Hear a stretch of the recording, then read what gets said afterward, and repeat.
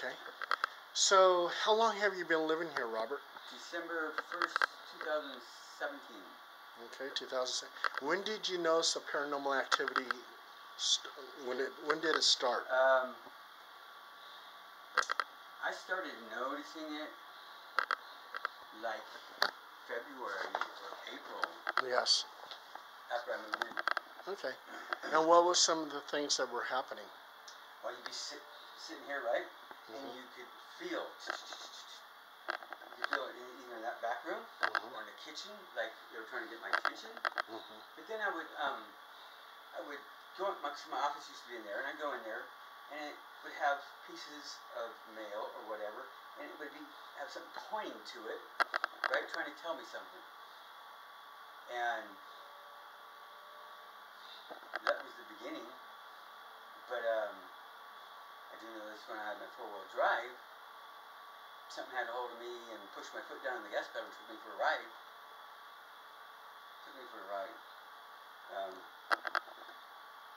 My life just went from like a 790 credit score down to 420 since I've been in this house. I lost everything. And I don't know. It's crazy. So it seems like it was trying to, well, take your life if it was putting your foot on the gas pedal. Either that, or I'm thinking because I was born to race. That's what my Challenger was for. And this thing took, it's going to make me cry, but this thing took the corners, 30-mile-an-hour turns, 60, 70 miles an hour. And I was making them. But I made them all up until I got up in the dirt at Grizzly Flats. And it was dirt, and I was making around those turns until I took a right and there was a tree.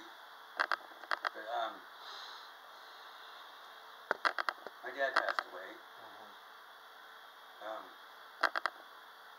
I was named after my Uncle Bobby, which is, he refinished his cars and classic cars and stuff like that. He's got trophies. My Uncle Ronnie, I worked with him in Ann Arbor, Michigan, and he was a tech. So, I think it could have been my dad telling me, you can do it. And that's what my Challenger was supposed to be for. I wanted to race. My brother races go-karts. He races sprint cars now. And I should be racing professionally. But this guy that took all my cars, he's not going to get away with it. I'll get them all back, but it's taken over a year. It's just, I don't know what I'm going to do in the meantime about making money, because right now I'm broke. But I'm doing whatever I can to survive. Like, what kind of jobs do you do? Well, the thing is, I was a master tech for 25 years. Okay, is that with computers? Automotives. Okay, Yeah. okay. 25 years. And then I started my cleaning business 17 years ago. Pressure washing business, window cleaning, gutter cleaning. And that guy's got my truck that had my pressure washer in it and everything. Sean Stephen Lyle. And that's what I did. And I came to Sacramento to start 6 businesses within a 2-year period. Wow. And the cars were supposed to be, I had a Kia and 2 Sentras. The silver Sentra was supposed to be mine, okay, and the white ones were supposed to be, so somebody lost their house or whatever due to a fire like this, right? And they're in the position that I am now, have nothing. So what I do is I give them a job, I give them a car, they make payments on the car, and I don't collect anything except for the payment on the car, whatever I paid for it. As soon as they pay it off, it's theirs. They get that second chance. They get that second chance in life. And that's what I'm trying to get now from people, because I'm sitting here with nothing, and, you know what I mean? So, like, you're looking for, like, investments? And see, there's been people that want to invest in me, too. Yeah. Because I'm smart. I build drones. I build drones that fly 5 to 10 miles.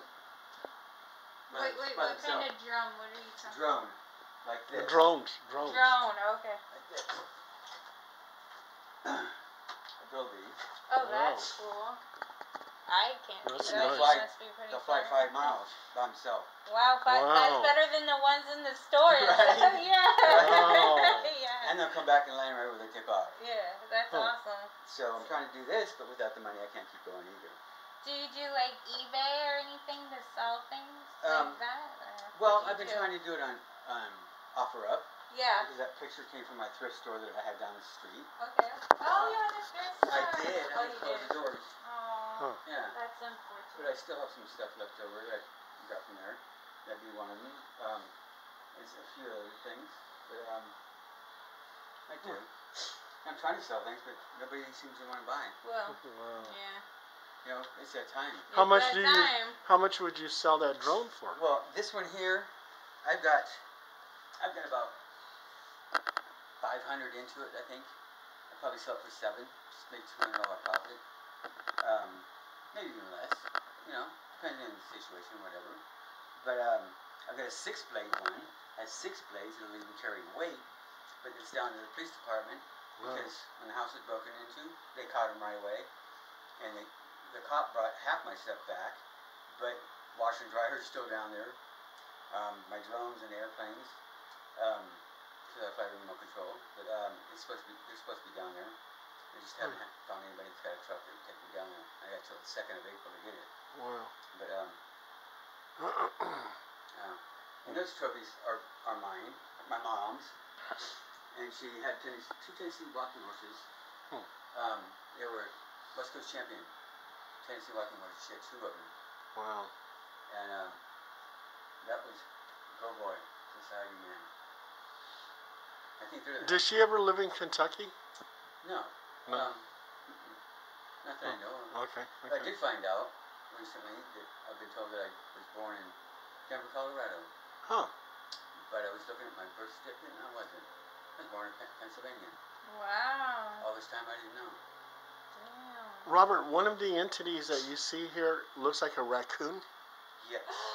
And see, I need somebody that can go through my computer because I lost those files, and I also lost a file stating that guy, he told me that he stole all my vehicles. I told you when I walked up here there was a gray and white cat looking thing at the door. I remember That's the raccoon thing, probably. But there's this and was it gray and white?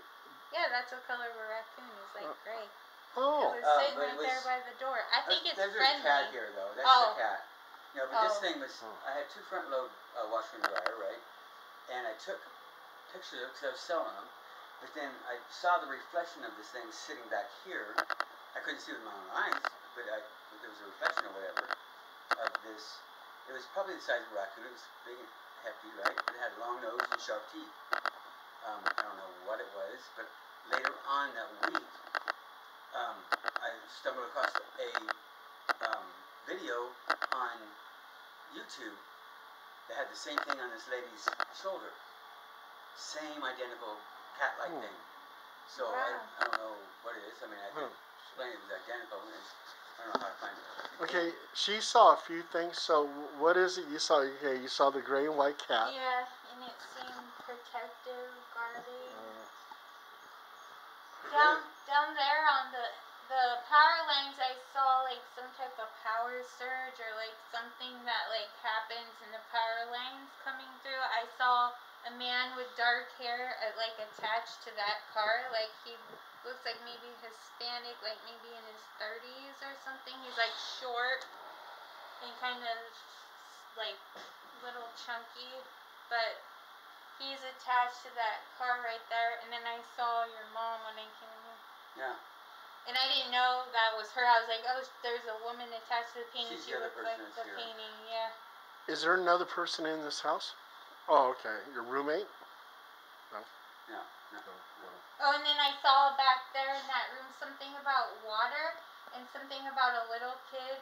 At first I saw like a little boy, but then it was like a little girl. It was weird. And this is like a feminine looking little boy, but he's like probably this tall, and he had like blonde hair, and it looked like water just dripping all down his hair. Really? Yeah. I'd like to know more about that. Okay, we'll do EVPs back there. Yeah. And do your security cameras catch anything? Oh, they're not hooked up. They're not hooked up? Okay. I did have the pictures on those that were, on a DVR. I don't have anymore because somebody stole it. But the other thing is, on my these hard drives I have that on them, it was my iMac, on them should be videos of this thing because I had the cameras that are by Apple. I had them sitting on an entertainment stand right there, right? And they were motion detection. And I called the cops because when I first came here, or not first came here, one day, I woke up and I stood over by this couch and I heard, "Help me," plain as day.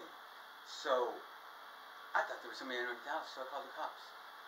So cops came and they walked through that door, and as soon as they walked through that door, I saw on the camera, and I looked at the camera, the footage, right? That a silhouette of a person walked right behind him.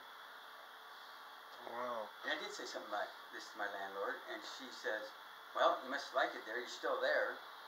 When was this house built? Like 1943. 1943? Okay, so it has a lot of history. And you're in a historic part of Sacramento, so that has a lot of history. Do you own or rent this house? I rent. You rent, okay. Has the owner ever said anything about this house, like someone died in it, or? She never did. And that's the thing, is she should have disclosed it when she rented to me. Okay. Interesting. Okay. You want to go ahead and try to get some EVPs? Yeah, that's there. Okay. There's a little